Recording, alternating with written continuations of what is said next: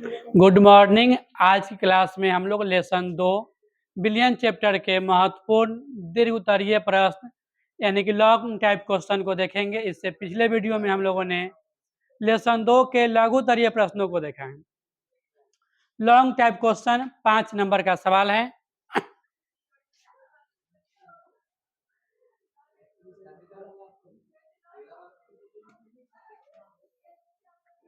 इसको आपको पहला सवाल है कि क्वथनांक उन्नयन से आप क्या समझते हैं।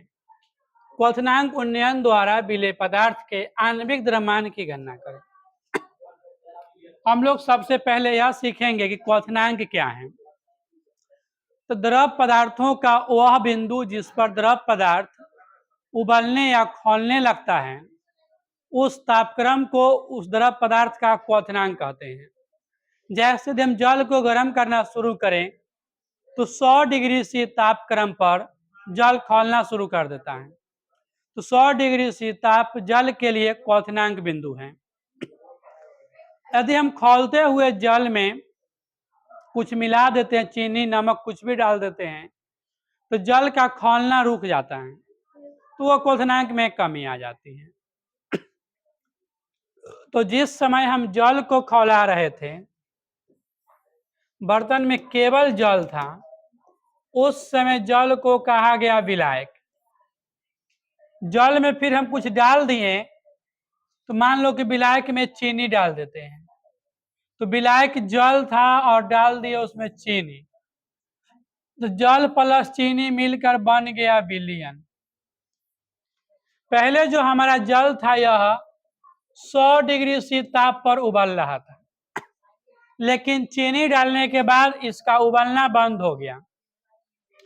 तो हम पुनः इसको और गर्म करेंगे तब जाकर यह उबलेगा। तो यह 100 के ऊपर जाएगा। माना कि विलयन 110 पर उबला, विलयन कहाँ उबला? 110 पर। तो यह 100 था और यह कितना हो गया? 110। दोनों में 10 डिग्री की वृद्धि हुई। दोनों में 10 डिग्री की वृद्धि हुई। विलायक से विलयन की ओर गए तो 10 डिग्री से ताप बढ़ा तब विलयन उबला। दोनों का अंतर 10 डिग्री सी है। तो यहां पर उसी से आंसर किया गया है कि विलयन का क्वथनांक एवं शुद्ध विलायक के क्वथनांक के अंतर को क्वथनांक का उन्नयन कहते हैं।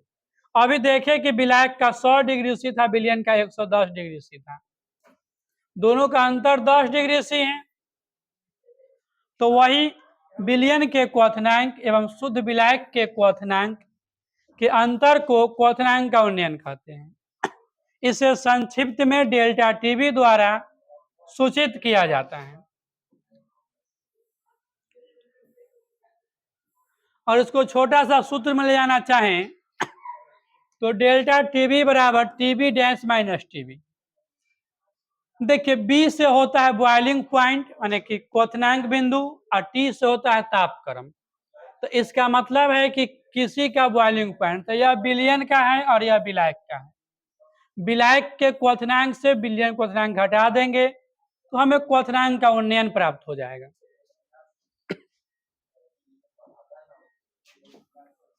इस पर राउल्ट ने प्रयोग किए, तो राउल्ट का प्रयोग इस पर निकला कि राउल्ट ने प्रयोग द्वारा यह निष्कर्ष निकाला कि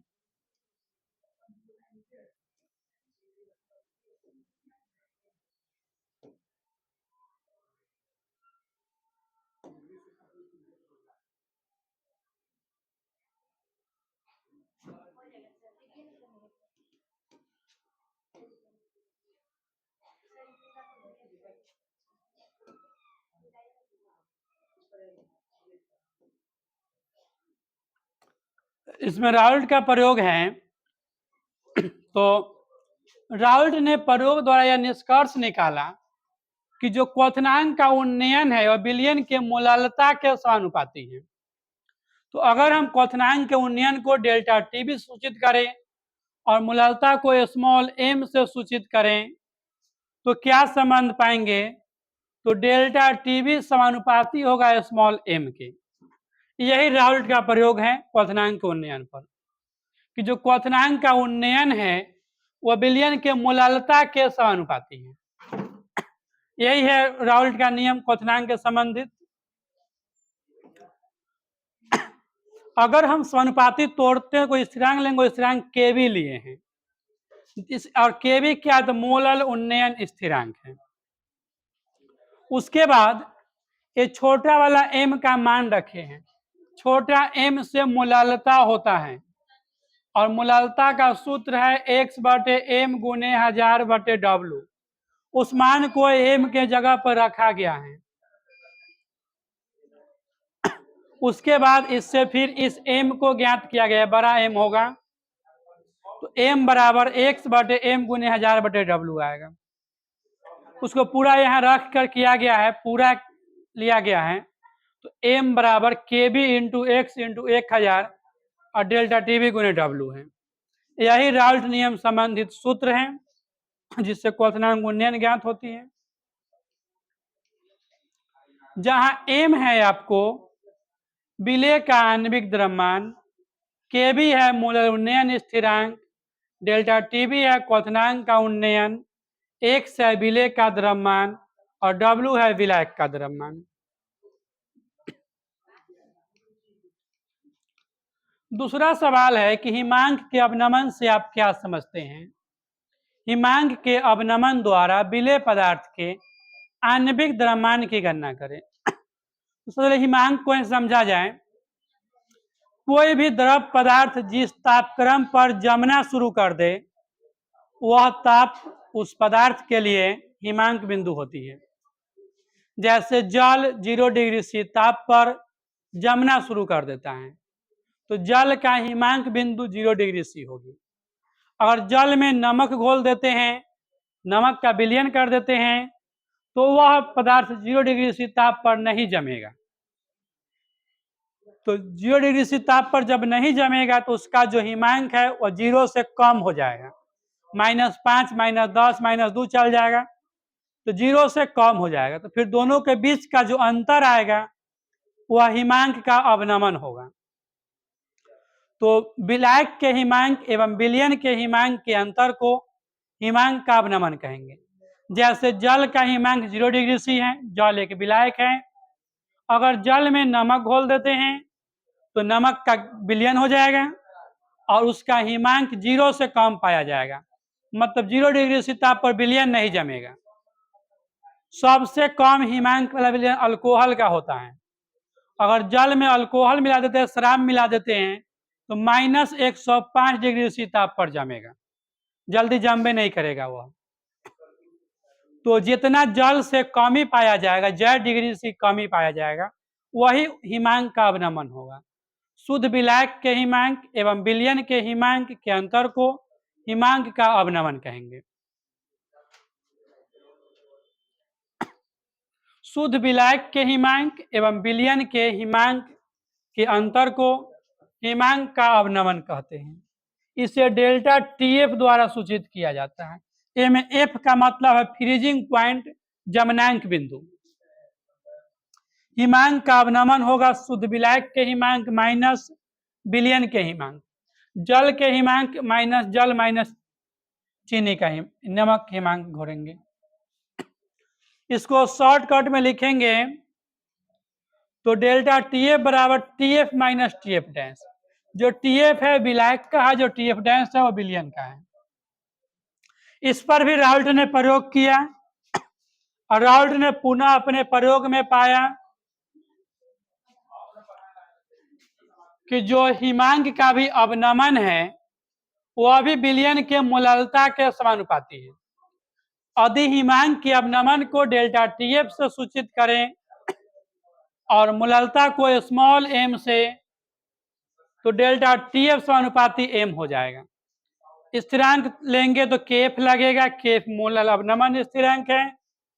फिर से मूललता को मान रखा गया है तो x बटे m 1000 बटे W, यहाँ से m ज्ञात किया गया है बड़ा M, तो केफ इंटू एक्स इंटू 1000 गुने बटे डेल्टा टीएफ गुने W है। इसमें भी m आणविक द्रव्यमान होगा, केफ मूलल अवनमन स्थिरांक होगा एक्स विलेय का द्रव्यमान होगा, डेल्टा टीएफ हिमांक का अवनमन होगा और डब्ल्यू विलायक का द्रव्यमान होगा। आगे है कि प्रसरणी दाब को परिभाषित करें एवं सिद्ध करें कि प्रसरणी दाब एक अनुशंख गुणधर्म होता है। प्रासरण दाब को परिभाषित करना और सिद्ध भी करना है। तो प्रासरण की क्रिया को रोकने के लिए जो बाहरी बल विलयन पर लगाए जाते हैं उसे हम प्रासरणी दाब कहते हैं। प्रासरण की क्रिया क्या है? तो यह तनु विलयन है या सांद्र विलयन है। तनु विलयन का मतलब है विलेय की मात्रा बहुत कम है, 1 लीटर जल में 1 ग्राम चीनी है तो तनु विलयन है। 1 लीटर जल में 100 ग्राम चीनी है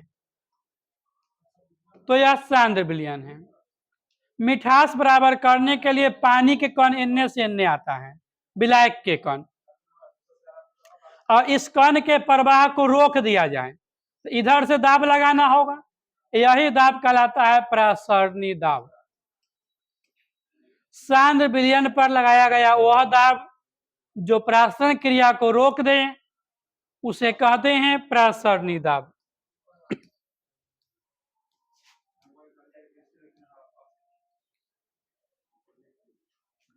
प्रासरण क्रिया को रोकने के लिए सांद्र विलयन पर जो दाब लगाया जाता है उसे प्रसरणी दाब कहते हैं। इसे पाई द्वारा सूचित किया जाता है। पाई बराबर सूत्र है एच रो जी, जहां पाई प्रसरणी दाब है, पाई प्रसरणी दाब मतलब यहाँ लगाया गया दाब है जो यहाँ दाब लगा रहे हैं। एच विलयन का स्तर में वृद्धि है, इनने से इनने कण आधा स्तर बढ़ता था, जितना बढ़ जाएगा वह वृद्धि है। रो विलयन का घनत्व है कि कितना नजदीक नजदीक कण है, जी इसका गुरुत्वीय त्वरण है।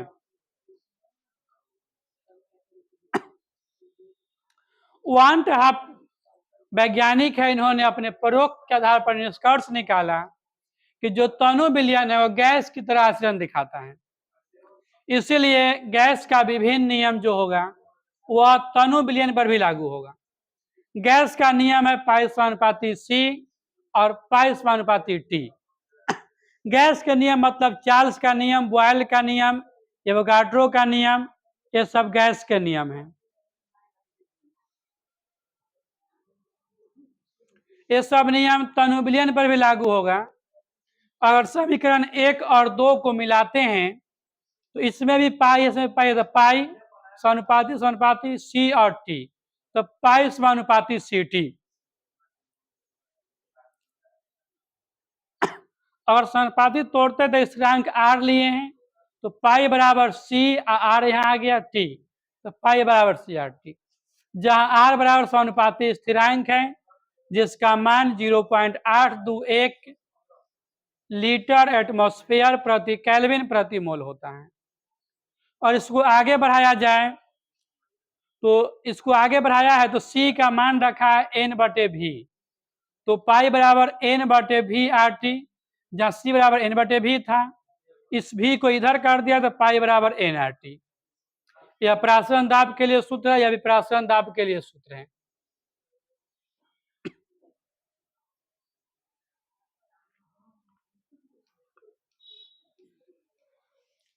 अगला सवाल है कि वाष्प दाब का अपेक्षिक अवनमन से आप क्या समझते हैं? सिद्ध करें कि वाष्प दाब का अपेक्षिक अवनमन विलयन का अनुशंख गुण होता है। तो पहले परिभाषाएं हैं।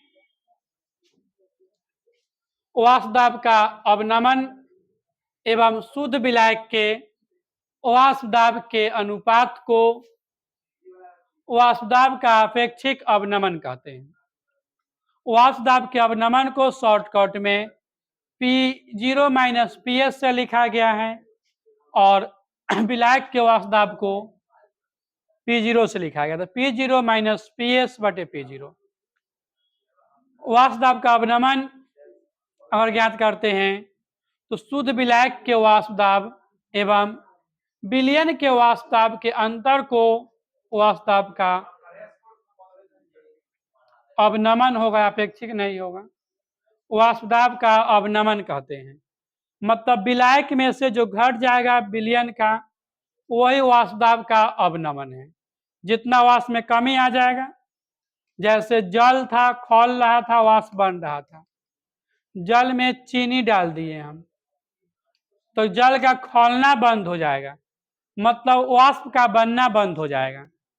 तो जितना वाष्प में कमी आएगी वही वाष्पदाब का अवनमन है। इस पर भी राउल्ट का ही प्रयोग है। राउल्ट ने प्रयोग से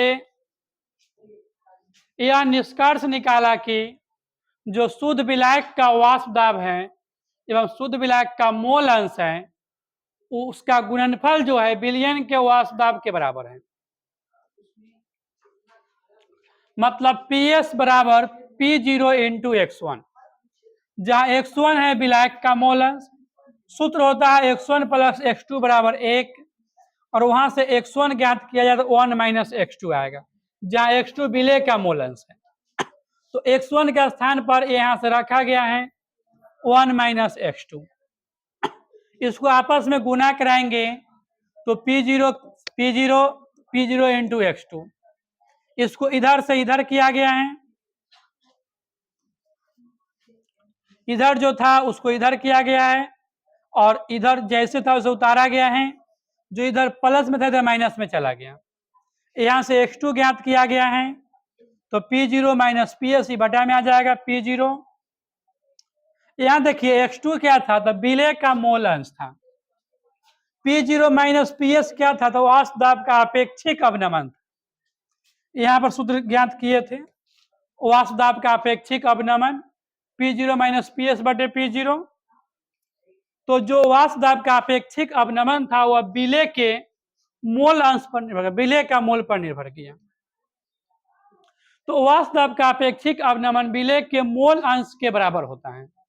इसका मतलब यह हुआ कि वाष्पदाब का अपेक्षिक अवनमन विलय के कणों की संख्या पर निर्भर करता है, परंतु उसकी प्रकृति से स्वतंत्र रहता है। अतः वाष्पदाब का अपेक्षिक अवनमन विलयन का अनुसंख्य गुणधर्म है। इसी क्वेश्चन के साथ यह लेसन समाप्त हो रहा है। हम लोग फिर अगले वीडियो में अगले लेसन के साथ मिलेंगे।